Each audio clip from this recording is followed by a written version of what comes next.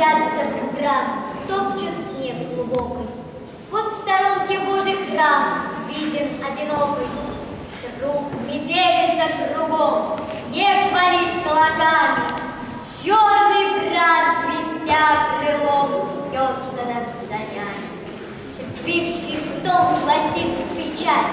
Кони торопливы, чутко смотрят в темную даль, выстымая гривы.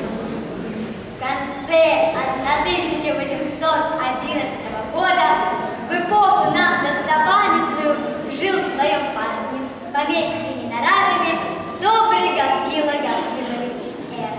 Он славился по всей округе гостеприимством и радушием. Соседи поминутно ездили к нему поесть, попить, поиграть без копеек бастон с его женой, а некоторые для того, чтобы поглядеть на дочку их, Марью Гавриловну, стройную, бледную и 17-летнюю девицу. Она считалась богатой невестой, и многие прочили ее за себя или за сыновей. Марья Гавриловна была воспитана на французских романах и, следственно, была влюблена.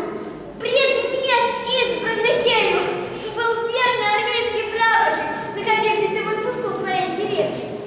Само по себе разумеется, что молодой человек пылал равную страстью, и что родители его любезные, заметив их взаимную склонность, запретили дочери о нем и думать, а его принимали хуже, нежели отставного заседателя. Наши любовники были в переписке, и всякий день витались наедине в сосновой роще или у старой часовни. Там они клялись друг другу в вечной любви, сетовали на судьбу, делали различные предположения. Переписываясь и разговаривая таким образом, они, что весьма естественно, дошли до следующего рассуждения. Если мы друг без друга решать не можем, а воля жестоких родителей препятствует нашему благополучию, то нельзя ли нам обойтись без ее? Разумеется, что эта счастливая мысль пришла сперва в голову молодому человеку, что она весьма понравилась романтическому воображению Марьи Гавриловны. Наступила зима и прекратила их свидание, но переписка сделалась тем живее. Владимир Николаевич в каждом письме умолял ее предателям венчаться тайно, скрываться несколько времени, просит о потом к ногам родителей, которые, конечно, будут тронуты, наконец, героическим постоянством и несчастьем любовью.